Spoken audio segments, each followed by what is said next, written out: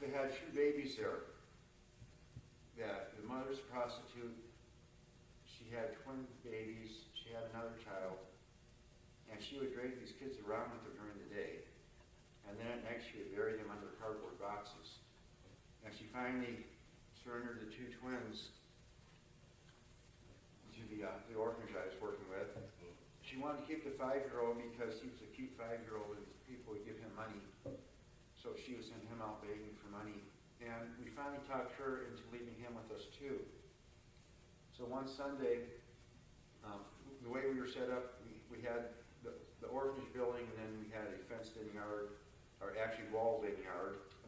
And we had church services out there. We opened the gates up for church service. And one Sunday she left her 5-year-old boy there. And this boy was so upset, he was literally throwing up stomach acid because he hadn't eaten for 2 or 3 days. And 2 of the other missionaries were there that were bilingual and were trying to get this boy calmed down. And of course we have the gates open, people are coming and going, we've got 26 other kids we have to worry about. So I said, why don't you guys go, take care of out there, because I couldn't do much out there anyway because I didn't speak Spanish. And we had this boy, we were in the kitchen was, where we could close it off so the kids couldn't just go in there and take the food when they wanted it. And, I'm just crying. I said, God, what am I supposed to do? Yeah, I'm just, once again, show my love. And so I sat down on the floor, and this little boy, he's trying to crawl into the cupboard, and he's crying and throwing up stomach acid. And it's like, I just started singing, Hallelujah, Hallelujah.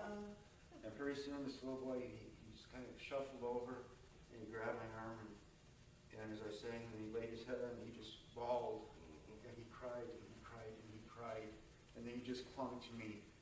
And it's like, I couldn't speak Spanish. I couldn't say he's going to be okay, I couldn't say we're going to take care of you. And just I showed love. And we had another family come in, 5 siblings. And I'm sorry, it's hard to talk about. These 5 siblings, the 2 oldest boys were 9 years old. They were 10 and a half months apart. Their mother was 24. And you had the 2 older boys.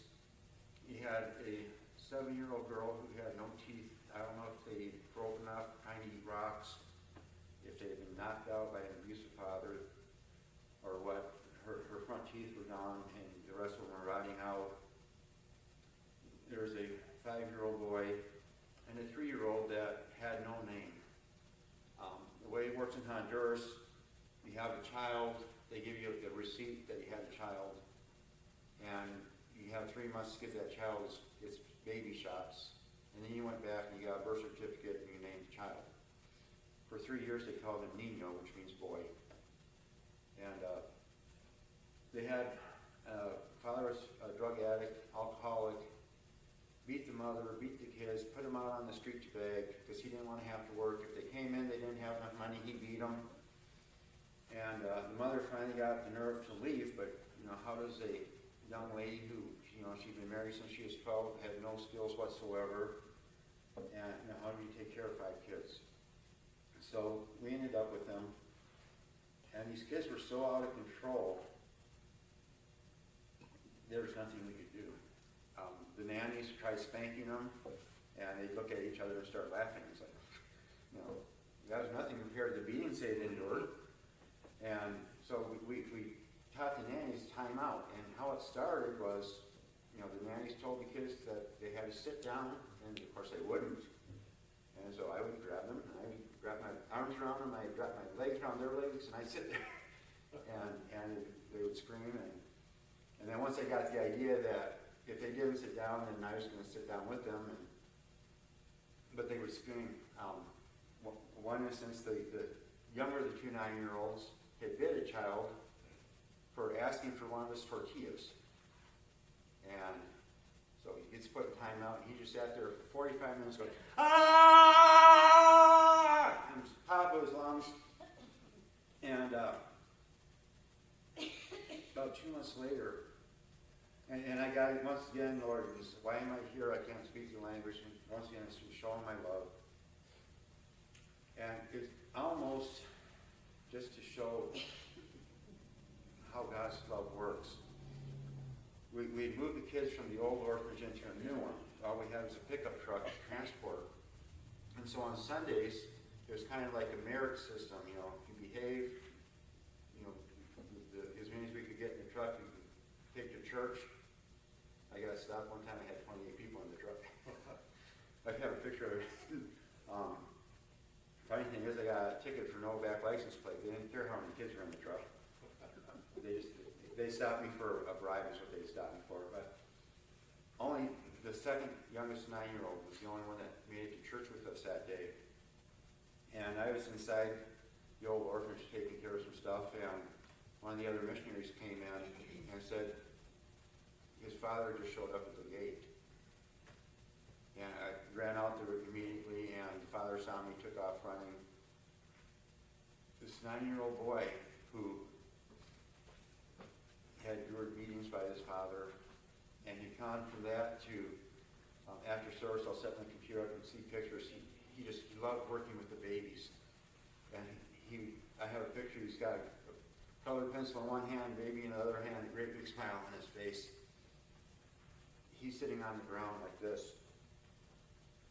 He sat there for an hour and a half just because his father showed up. And I went out and I bought him a bottle of Coke and I bought him some Cheetos. And I tried to give them to him. It was like he wasn't even there. So I sat him down next to him. And an hour and a half later, he came around. And this 9-year-old who 2 months earlier had bit one of the kids for asking for one of his tortillas was sharing his Cheetos and his pop with the other kids.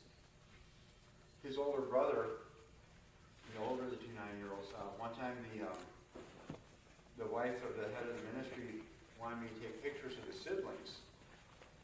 And so I was taking pictures of all the brothers and sisters that were there together. And I got done, and we had Junior, who he'd been at the orphanage since he was 9 months old. His alcoholic father came home one night, beat him, left him paralyzed.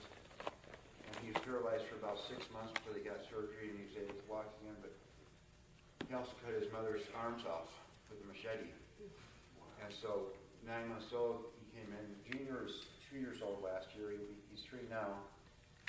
No, he's an only child. And Manuel wanted me to take a picture of him and Junior. And Manuel's the 9-year-old. And, you know, I tried telling him, it wasn't any big deal. I've got a digital camera. It's not like I was wasting film. Just another one of those times God just wanted me to see the power of his love. And I tried explaining to brothers and sisters, Mama, solo, only you. And he got very frustrated with me, and he went stomping off.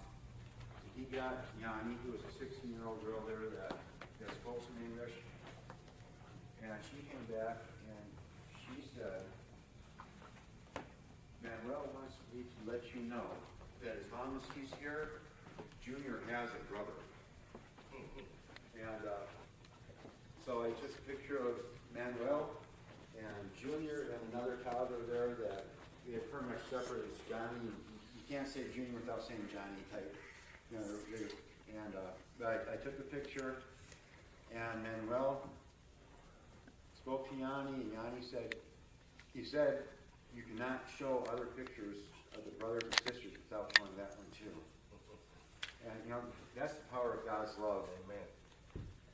So, after 6 months, I headed back here to the States with full intent of going around to churches and trying to raise funds to go back to Honduras.